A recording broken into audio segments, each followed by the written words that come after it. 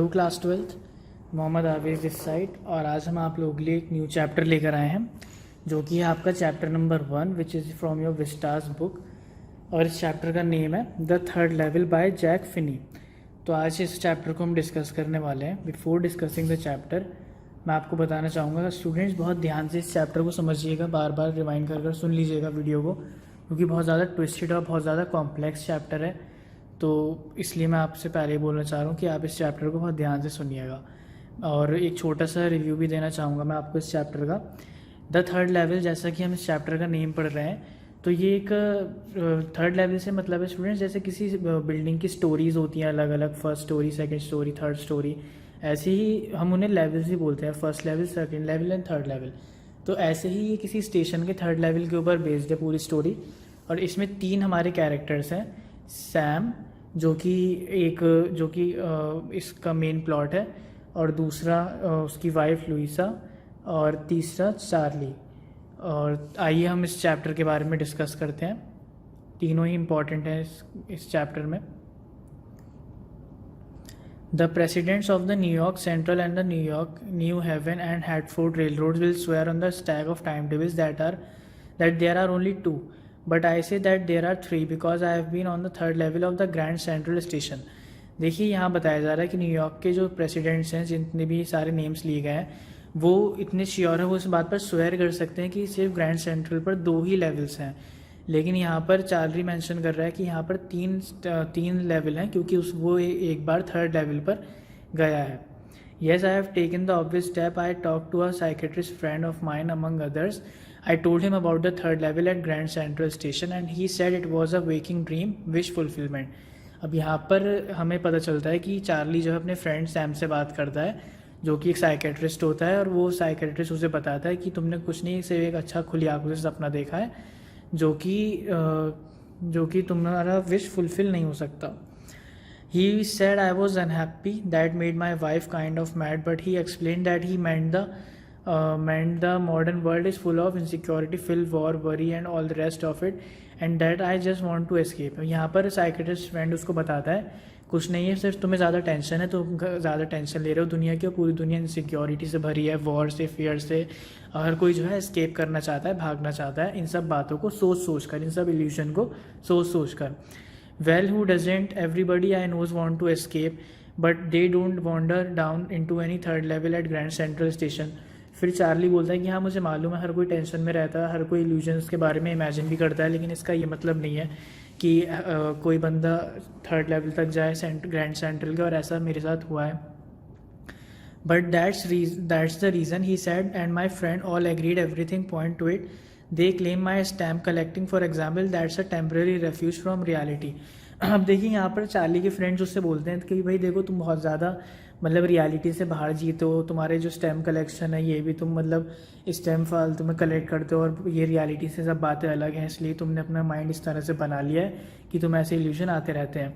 Well, but my grandfather didn't need any refuge from reality. Things were pretty nice and peaceful in his days, from all I hear, and he started my collection. अब यहाँ पर Charlie बोलता है कि भाई देखो, चलो मुझे ही तो इस टाइम में टेंशन हो सकती है, लेकिन मेरे ग्रैंडफादर को तो नहीं थी, वो भी एक स्टैम्प कलेक्टर थे।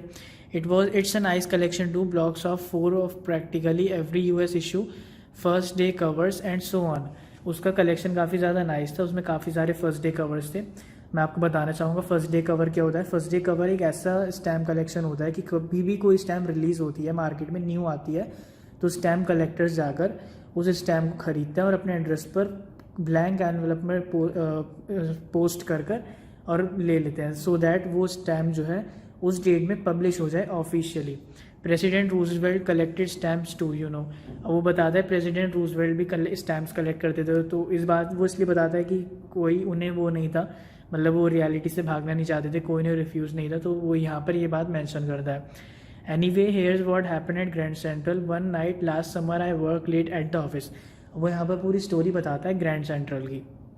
वो बताता है एक रात ऑफिस में वो देर तक काम कर रहा था, उसे घर जाने की जल्दी थी, तो उसने सोचा कि वो सबवे से मतलब ग्रैंड सेंट्रल के सबवे पर जाकर और वहाँ से एक बस पकड़, और उससे इसने ट्रेन से जाने का इसलिए सोचा क्योंकि वो बस से भी ज़्यादा फास्टर थी। So I don't know why this should have happened to me. It's just an ordinary guy named Charlie, 31 years old. Charlie 31 years old है, and I was wearing a tan gabardine suit and a straw hat with a fancy band. यहाँ पर उसने अपनी appearance बताई क्या क्या वो पहना हुआ था. I passed a dozen men who looked like just like me, and I wasn't trying to escape from anything. I just wanted to get home to Louisa, my wife. अब यहाँ पर वो मेंशन करता है कि मैं किसी भी चीज़ से भागना नहीं चाह रहा था, बहुत नॉर्मल था, नॉर्मली अपने काम से घर आ रहा था, और काफ़ी सारे लोग मेरे आसपास मेरी तरह ही थे, मतलब उसकी तरह ही अपीयरेंस में थे, और वो कोई एस्केप नहीं था, वो सिर्फ अपनी वाइफ के पास घर आना चाह रहा था. I turned into Grand Central from Vanderbilt Avenue and went down the step to the first level. अब वो बताता है कि वो Vanderbilt Avenue से होता हुआ स्टेयर्स के थ्रू फर्स्ट लेवल पर आ जाता है. Where you take trains like the 20th century, जहाँ पर हमारे 20th century जैसी ट्रेन्स मिल सकती थी, यानी कि बहुत ज़्यादा वो ट्रेन्स फास्ट थी. Then I walked down another flight to the second level. फिर वो another flight यानी second level पर जाता है, where the suburban trains leave from, यानी कि यहाँ पर ऐसी ट्रेन्स थी जो थोड़ी स्लो थी. That's easy to do. I have been in and out Grand Central hundred of time. वो लगभग सैकड़ों बार Grand Central पर आया था. But I am always bumping into new doorways and stairs and corridors. लेकिन हर बार वो नए stairs और नए doorways और corridors देखता था. Once I got in a tunnel about mile long and came out in a lobby of the Roosevelt Hotel. एक दिन वो ऐसे टनल से होता हुआ रूजवेल्ट होटल तक आ गया था. Another time I came up in an office building on 46th Street 3 blocks away. और एक बार वो वहाँ से अपने मतलब ऑफिस बिल्डिंग तक भी गया था जो इतनी दूर था, यानी 3 blocks अवे था. Sometimes I think Grand Central is growing like a tree pushing out new corridors and staircases like roads. कभी कभी उसे ऐसा लगता था जैसे ग्रैंड सेंट्रल किसी ट्री की तरह मतलब ग्रो हो रहा है, क्योंकि वहाँ पर हमेशा नए से नए कॉरिडोर्स आ जाते थे, नए से नए स्टेयरकेसेस आ जाते थे, तो उसे इसलिए ऐसा लगता था जैसे ग्रैंड सेंट्रल किसी ट्री की तरह ग्रो कर रहा है. There's a probably long tunnel that nobody knows about feeling its way under the city right now, on its way to Times Square and maybe another to Central Park.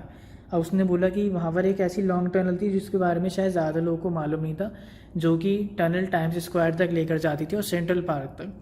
And maybe because for so many people through the year Grand Central has been an exit, a way of escape. Maybe that's how the tunnel I got into, but I never told my psychiatrist friend about that idea. अब वहाँ पर वो उस tunnel पर गया और उसने बोला कि उसने ये आइडिया मतलब उसने ये बात अपने फ्रेंड साइकियाट्रिस्ट को नहीं बताई. The corridor I was in begin angling left and slanting downward and I thought that was wrong but I kept on walking. अब उसने कॉरिडोर के बारे में बताया कि वो लेफ्ट साइड की तरफ एंगल कर रहा था और वो डाउनवर्ड जा रहा था, मतलब slanting, it was slanting downward. और चार्ली को लग रहा था कि वो गलत डायरेक्शन में जा रहा है, लेकिन वो स्टिल वॉक कर रहा था. All I could hear was the empty sound of my own footsteps and I didn't pass the soul. सिर्फ उसे अपने चलने की आवाज़ आ रही थी, कोई इवन उसके आसपास भटक भी नहीं रहा था, उस टनल में वो अकेला जा रहा था. Then I heard that sort of hollow roar ahead that mean open space and people talking. The tunnel turned sharp left. फिर टनल में एक sharp left turn आया. I went down a short flight of stairs and came out on the 3rd level at Grand Central Station.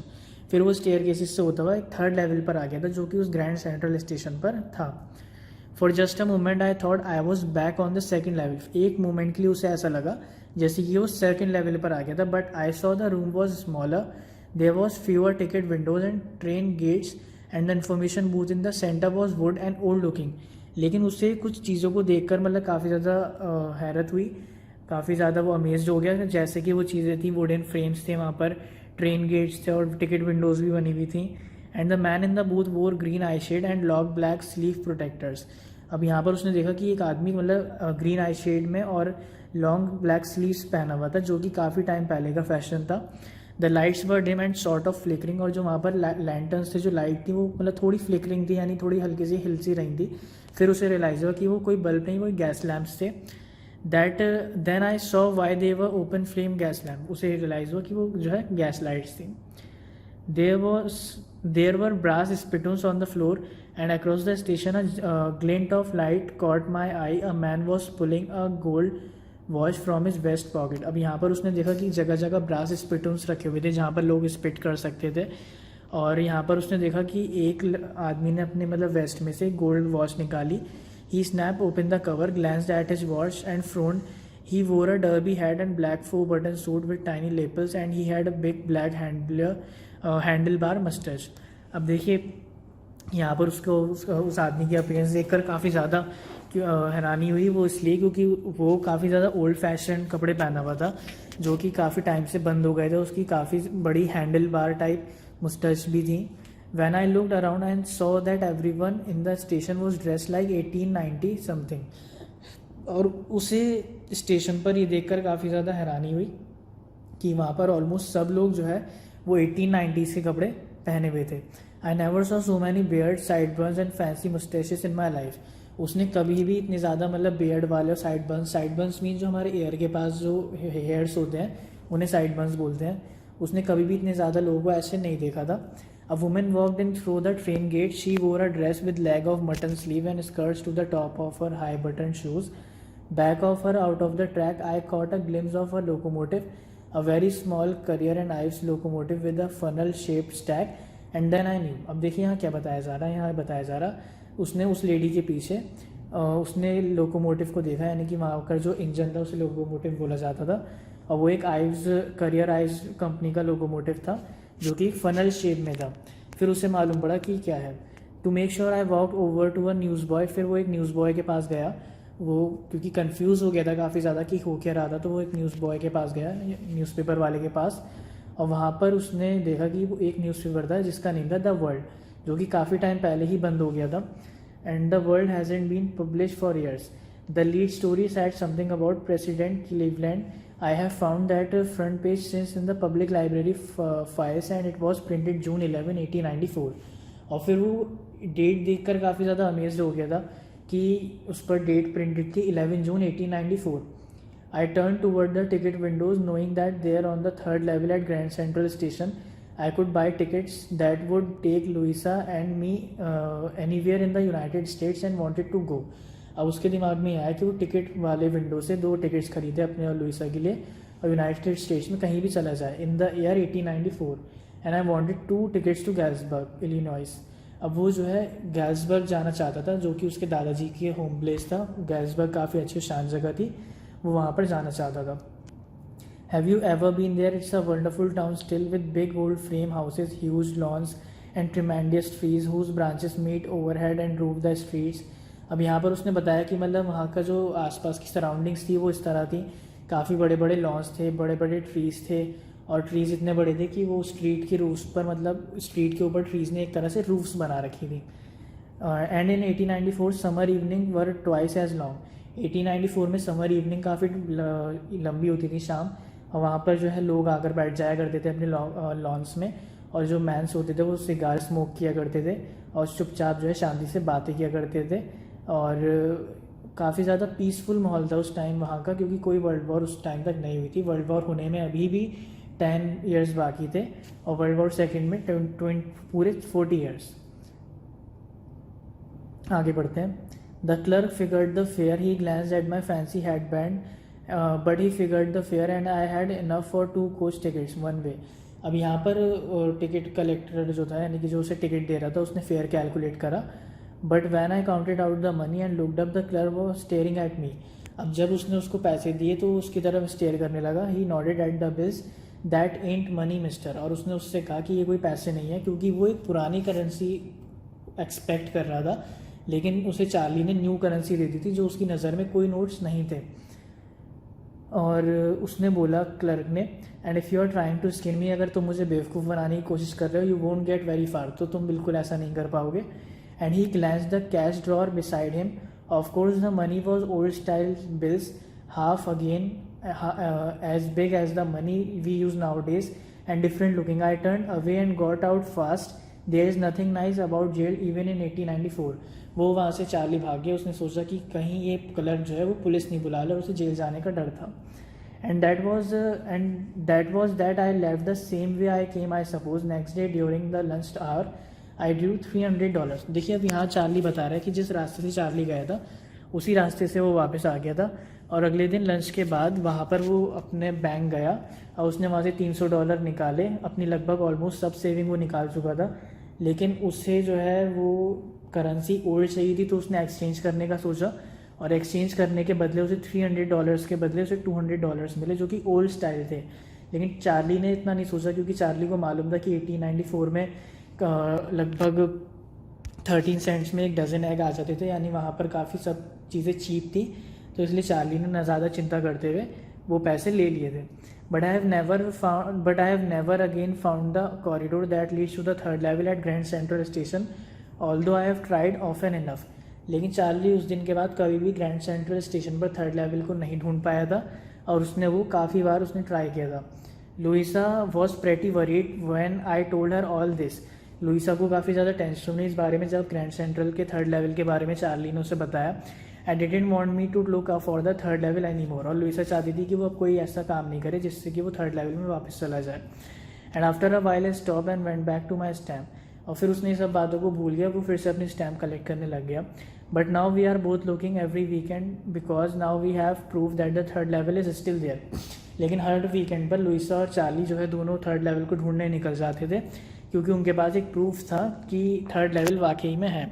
My friend Sam Weiner disappeared because nobody knew where. क्योंकि उसका दोस्त Sam खो गया था, मतलब disappear हो गया था और किसी को नहीं मालूम था वो था कहाँ. But I sort of suspected because Sam's a city boy and I used to tell him about Galesburg. लेकिन चार्ली को कुछ आइडिया था कि शायद वो वहीं पहुंच गया था, क्योंकि चार्ली उसे गैल्सबर्ग के बारे में बताया करता था.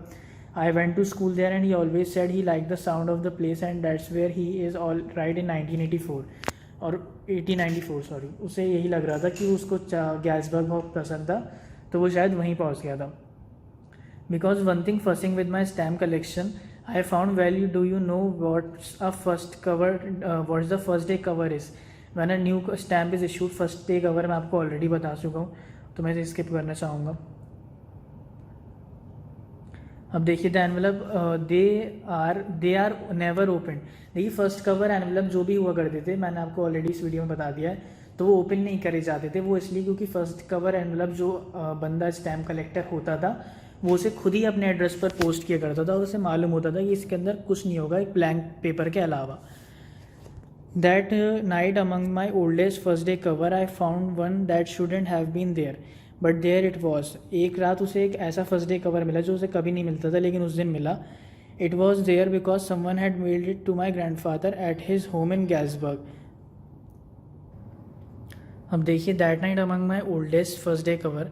उस रात जब उसके जो सबसे पुराने ओल्डेस्ट फर्स्ट डे कवर्स थे, वहाँ पर उसने देखा कि एक एनवेलप ऐसा था जो कि उसके ग्रैंडफादर के एड्रेस पर आया था. That's what the address on the envelope said at it was the. और उस पर डेट डली हुई थी 18 जुलाई 1894. The postmark showed the yet I didn't remember it all. उसको चार्ली को याद नहीं आ रहा था कि कौन सा फर्स्ट डे कवर था. The stamp was a 6 cent dull brown with a picture of President Garfield. Naturally when the envelope came to grand dad in the mail it went right to its collection and stayed there. अब उसने सोचा कि grandpa के पास जब आया होगा तो उन्होंने अपने कलेक्शन में ऐसे ही रख लिया होगा एंड स्टेट देयर. और उनको ये लगा होगा कि इस पेपर में इसमें कुछ नहीं निकलने वाला, तो इसलिए उन्होंने उसको नहीं खोला होगा. लेकिन चार्ली ने जब वो एनवेलप खोला तो उसमें चार्ली के नाम के लिए ही एक लेटर था, और उसमें उसका पूरा एड्रेस लिखा हुआ था, और उसमें था I got to wishing that you were right. और उसमें सैम ने लेटर लिख कर भेजा था कि तुम सही थे और मुझे तुम्हारे ऊपर यकीन नहीं था, और चार्ली तुम जो है सही, मतलब तुम्हारी बात सही निकली, मुझे वाकई में थर्ड लेवल मिल गया था. और मैं यहाँ पर लगभग 2 हफ्तों से हूँ स्ट्रीट में, और यहाँ पर लोग मतलब पियानो वगैरह बजाते हैं, काफ़ी अलग सा माहौल है यहाँ पर. और मैं तुम लोगों को इनवाइट कर रहा हूँ कि तुम और लुइसा जल्दी से यहाँ पर आ जाओ और उसको थर्ड लेवल को जो है वो ढूंढते रहो. और उस पर सिग्नेचर हुआ था सैम का. और at the stamp and coin go. और यहाँ पर फिर जब चार्ली को ये सब बात पता चली तो चार्ली ने सैम के बारे में पता लगाया, और उसे ये पता चला कि चार्ली ने वहाँ पर मतलब अपने करंट टाइम में $800 को ओल्ड करेंसी में कन्वर्ट कराया है. और वो समझ गया था कि वो वहीं चला गया था, और उसने सोचा कि उसने अपना कोई एक बिज़नेस स्टार्ट किया है वहाँ पर, फीड एंड ग्रेन बिज़नेस. क्योंकि 1894 में किसी को किसी साइकेट्रिस्ट की ज़रूरत नहीं थी, और चार्ली वो सैम बहुत टाइम से अपना ये बिज़नेस शुरू करना चाह रहा था. तो उसने वहाँ पर गैल्सबर्ग में जाकर 1894 में जाकर ये बिज़नेस अपना शुरू किया. और आई होप आपको ये चैप्टर अंडरस्टूड हो गया होगा. This was all in this chapter. और इसमें कोई सर्टेन एंडिंग नहीं थी स्टूडेंट्स, यहाँ पर ही चैप्टर ख़त्म हो गया. आपको ये चैप्टर अगर समझ नहीं आया तो आप इसको बार बार रिवाइंड कर देख सकते हैं. आई होप मैंने आपको अपना 100% दिया है. सो आप अपने फ्रेंड्स के साथ भी इस चैप्टर को शेयर करिए, so that they also could understood this chapter. Do like our videos and share our content. Thank you and thanks for advance study.